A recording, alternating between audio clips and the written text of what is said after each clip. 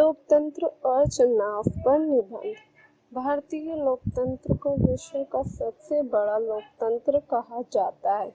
वर्ष 1952 में वैश्विक मताधिकार के आधार पर देश में संपन्न हुए पहले आम चुनाव के साथ हमारे देश में लोकतांत्रिक प्रक्रिया की शुरुआत हुई। क्रमशः नई सफलताओं के साथ भारतीय लोकतंत्र अब तक 6 दशक से भी अधिक समय का सफर तय कर चुका है। लोकतंत्र के शाब्दिक अर्थ के अनुसार यह शासन की एक ऐसी पद्धति है जिसमें सत्ता सामूहिक रूप से देश की जनता में निहित होती है। जनमत निर्माण में समाज एक कमजोर से कमजोर व्यक्ति को आम चुनाव में स्वतंत्र रूप से भाग लेने का अधिकार होता है। भारतीय लोकतंत्र का मूल आधार यहाँ की जनता है और जनता द्वारा चुने गए प्रतिनिधि संसद और विधान सभाओं में जनता का प्रतिनिधित्व करते हैं। हमारे देश में संसदीय लोकतंत्र की बुनियाद मजबूत है, जो कि स्वतंत्रता, समानता एवं बंधुत्व जैसे आदर्शों पर टिकी है।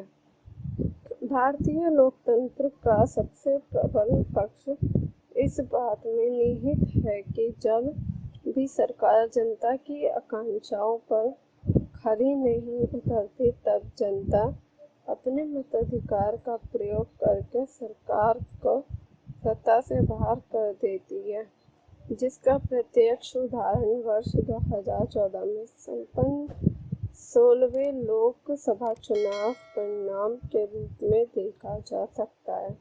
उल्लेखनीय है कि 16वें लोकसभा चुनाव में 10 वर्षों से केंद्रीय सत्ता पर काबिज सपरंग सरकार को जनता ने धूल चटा दिया और एनडीए गठबंधन को सत्ता की कमान सौंपी। भारतीय लोकतंत्र के अनेक प्रबल पक्ष विशेषताओं के होते हुए भी इसकी कुछ कमियां भी दिखाई पड़ती हैं। भूख, गरीबी, कुपोषण, बेरोजगारी, किसानों के आत्महत्या की घटनाएं, महंगाई एवं भ्रष्टाचार आदि भारतीय लोकतंत्र की कमजोरी के रूप में दिखाई पड़ती है। भारतीय लोकतंत्र को हानि पहुंचाने में सांप्रदायिकता, जातिवाद, विषयवाद एवं भाषावाद जैसी समस्याओं ने महत्वपूर्ण भूमिका निभाई है। संसद में होने वाले हंगामे और सांसदों के अनियमित व्यवहार ने संसदीय गरिमा का अवमूल्यन किया है, जिससे संसद की गरिमा का विगत कुछ वर्षों में ह्रास हुआ है।